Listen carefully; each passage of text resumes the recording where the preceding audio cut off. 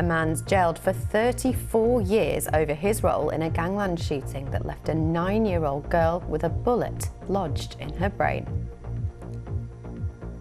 A man's been jailed for life with a minimum term of 34 years over his role in a gangland shooting that left a 9-year-old girl with a bullet lodged in her brain. Javon Riley played a key role in the attack in Dalston last year, although the gunman has not yet been found. Our Home Affairs correspondent Sonia Jessup has been at the sentencing and joins me now. Sonia, what's the latest? Well, this was a brazen gangland assassination attempt on a busy high street in London. A gunman on a motorbike pulled up outside a restaurant trying to target 3 men outside. But in the crossfire, a 9-year-old girl was hit by a bullet, hit in the head. She survived, but with serious injuries. And in court today, the man who's been jailed, Javon Riley, he wasn't the gunman, but he played a key part in this attack. He was sentenced today to life with a minimum term of 34 years. And we heard a victim impact statement read out on behalf of the little girl's family, who said that her childhood had been shattered. They said, she often says, "I can't do it anymore, Mum," when she sees her friends running or playing.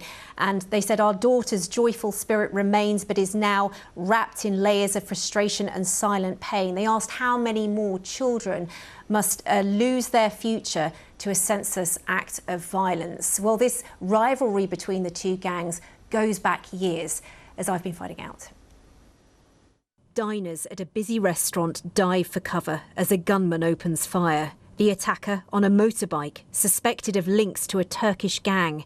His targets were 3 men sat outside. But a 9-year-old girl was hit in the head by a stray bullet, an innocent victim of a long-running feud. The gangs, the drug gangs, are really focused on each other. But unfortunately, if you're firing guns in a high street or across a restaurant, then the chances of casualties are significant. Dal Babu remembers his own encounter with a suspected gang member early in his career at a cafe on Green Lanes in the 1980s. There was a man with a gun. He sort of aimed the gun at me, pulled the trigger. Fortunately for me, the bullet got stuck in the barrel. None of the people in the cafe wanted to make any statements. None of them would give any evidence, even though somebody had just tried to shoot a police officer. 40 years on, that fear preventing communities speaking out remains. The gunman in the Dalston shooting has not been found, although today another man, Javon Riley, was jailed for helping him track his targets. He was convicted of attempted murder and causing grievous bodily harm with intent to the little girl. For more than a decade, there has been tit-for-tat violence between the Hackney Turks and the Tottenham Turks. Numerous murders, beatings, arson attacks.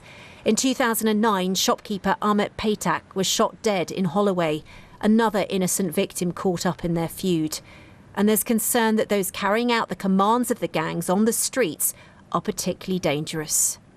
The young men, who are distributing on the streets, they're doing all sorts to try and prove themselves, to try and prove to the leaders in the organised crime that they can be trusted. They're quite chaotic and they're quite reckless. He says many recruits, like Javon Riley, are from other nationalities. The language is almost, you're expendable.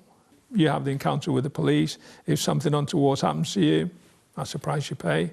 The little girl who survived this attack still has a bullet lodged in her brain. The Met has offered a reward up to £15,000 to try to persuade people to help them find the gunman. Well, we've been engaging a lot more actively with local businesses, local Turkish communities and Kurdish communities to try and generate more confidence in being able to report to the police their concerns. And as I said, people can report anonymously and in confidence to us. We need to take these kind of people off the streets. And I think we owe it to that 9-year-old girl and her family to make sure that we do absolutely everything to find the culprits. Police say they understand why communities are scared, but need their help to stop the violence. Sonia Jessup, BBC London.